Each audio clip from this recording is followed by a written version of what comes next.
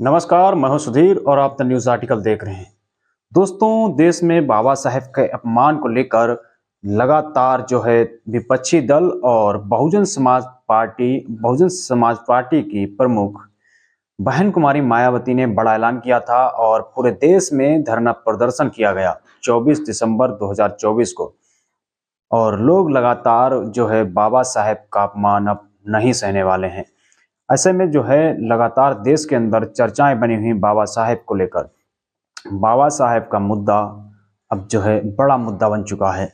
तो ऐसे में जो है तमाम विपक्षी दल और तमाम वो बहुजन समाज के हितैषी कार्यकर्ता, सामाजिक कार्यकर्ता जो लोग लगातार बहुजन समाज के लिए सजग रहते हैं और बोलते हैं, लिखते हैं, तो ऐसे में जो है लगातार बाबा साहेब का अपमान अब बहुजन समाज सहने वाला नहीं है। और वहीं आज के ही दिन यानी जो है 25 दिसंबर को बाबा साहब ने मनुस्मृति का दहन कर दिया था, क्योंकि मनुस्मृति में उन तमाम शोषित, वंचित, जिनको शूद्र कहा गया, और महिलाओं को, जिनको उस मनुस्मृति में जो है काफी घटिया बातें लिखी गई थी उनके लिए, इसीलिए बाबा साहब ने उस मनु की जो स्मृति थी उसको दहन कर दिया, जला दिया, विरोध किया उसका।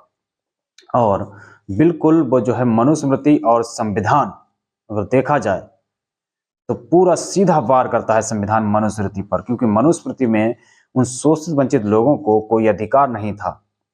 जिनको आप शूद्र कहते हैं उनके पास कोई अधिकार नहीं था। जो आज ओबीसी हैं और एससी और एसटी के लोग हैं, उनको किसी प्रकार का कोई अधिकार नहीं दिया गया था। और आज संविधान में बाबा साहब ने उस तरीके का प्रावधान किया है जिसमें आरक्षण की व्यवस्था है, वो भी जो है किस तरीके से मनुस्मृति पर एक बहुत बड़ा वार है। इसलिए जो है बाबा साहब ने मनुस्मृति के जो है बनाए हुए रास्ते को खत्म किया और उसको जला दिया। आज 25 दिसंबर के ही दिन मनुस्मृति दहन लोग मनाते हैं और मनुस्मृति का दहन किया, और लोग आज भी उसका विरोध करते हैं, क्योंकि उसमें जो है इस तरीके की बातें लिखी गई थी कि जिसको लेकर बहुजन समाज के लोगों का उसमें हित बिल्कुल नहीं होने वाला था।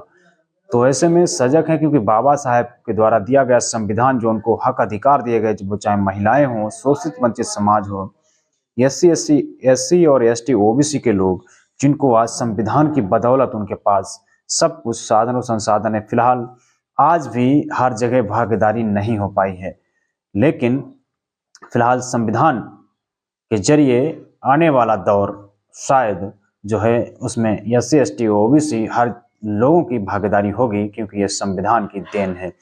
संविधान के जरिए हम लोग अपने हक अधिकार के लिए बोल पा रहे हैं, लिख पा रहे हैं, क्योंकि आज बाबा साहब का संविधान है, उसमें तमाम राइट्स दिए गए हम लोगों को।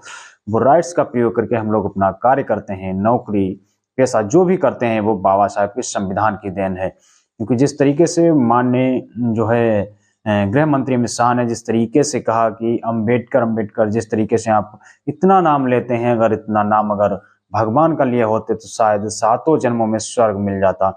तो ऐसे में एक बहुजन समाज के जो लोग हैं, जो एससी एसटी ओबीसी, जिनको संविधान की बदौलत से उनको जिसको राइट मिले, जिसको अधिकार मिला, उसके लिए डॉक्टर बी आर अम्बेडकर से बड़ा कोई भी भगवान नहीं हो सकता है। क्योंकि उनकी बदौलत ही हमारे तन पे अच्छा कपड़ा, अच्छा घर और अच्छा खाने को मिल रहा है, तो उनकी ही बदौलत है, ना कि उससे पहले कोई भी अधिकार नहीं था, शिक्षा का अधिकार नहीं था। आज अच्छे स्कूलों में पढ़ रहे हैं तो ये बाबा साहेब की देन है, नहीं तो कहीं ना कहीं आप जो है गटर या फिर किसी की जो है पैरोकारी कर रहे होते और गुलामी कर रहे होते। तो ये बाबा साहेब की देन है, क्योंकि जो शोषित वंचित लोग हैं, जिनके लिए संविधान ने बड़े हक अधिकार दिए, कौन लोग हैं जो आरक्षण का विरोध करते हैं? क्योंकि आरक्षण बाबा साहेब के दिया हुआ है। मतलब जिस तरीके से आरक्षण में संविधान में प्रावधान किया गया, जो लोग निचले तबके, जिनके साथ छुआछूत हुए, जिनके साथ भेदभाव हुआ, जिनको शिक्षा में अधिकार नहीं दिया गया, उनके लिए आरक्षण का प्रावधान किया गया। लेकिन कौन लोग हैं जो उससे जलते हैं? क्योंकि वो नहीं चाहते कि आरक्षण रहे। लेकिन जो लोग आरक्षण का विरोध करते हैं, वही लोग ईडब्ल्यूएस आरक्षण का कहीं भी विरोध करते नहीं नजर आते हैं। क्योंकि जो भी उनको मिले 100% पूरा आरक्षण उनको था। मनुस्मृति के दौर में विधान वर्ण व्यवस्था के हिसाब से उनके पास 100% उनके पास जो है आरक्षण था, उसका कोई विरोध नहीं करता है। लेकिन जो दलित, पिछड़े, शोषित वंचित लोगों को जो आरक्षण दिया गया, उसका तमाम मनुवादी लोग विरोध करते हैं। और जिस तरीके से बाबा साहेब का अपमान किया गया, लेकिन आज का दौर सोशल मीडिया का दौर है, अब किसी की खैर नहीं होगी, वो चाहे कोई भी हो, क्योंकि बाबा साहेब इस देश ही नहीं इस पूरी दुनिया में जाने जाने वाले, क्योंकि सबसे ज़्यादा विद्वान, पढ़े लिखे, और उनके पास इतनी जो है किस तरीके से उनके पास डिग्रियां थीं, और शायद ही उनकी बराबरी करना बहुत ही किसी को मुश्किल बात है। लेकिन उनका विरोध करने वाले लोग इस देश में सबसे ज़्यादा मनुवादी व्यवस्था के लोग हैं, जिनके अंदर मानसिकता जिनकी मनुवादी व्यवस्था के अंदर है, क्योंकि वो नहीं चाहते हैं कोई दलित, पिछड़ा, आदिवासी अच्छा काम करे। इसलिए उनके जहन में एक दुख की बात है, क्योंकि बाबा साहेब के दिए हुए संविधान से आज बहुजन समाज पढ़ लिख रहा है और अच्छे गाड़ियों और अच्छे कपड़ों और अच्छे मकानों में रहने लगा है। इसलिए उनको दर्द होता है, क्योंकि वो नहीं चाहता है कि जिस तरीके से शूद्र और अछूत जो लोग थे, उनकी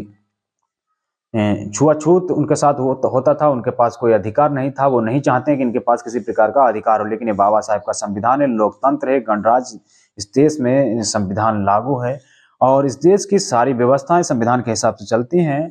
लेकिन आज भी मनवादी व्यवस्था के लोग जो पावर में पहुंच जाते हैं, वो कहीं ना कहीं जो है उसका दुरुपयोग करने की कोशिश करते हैं।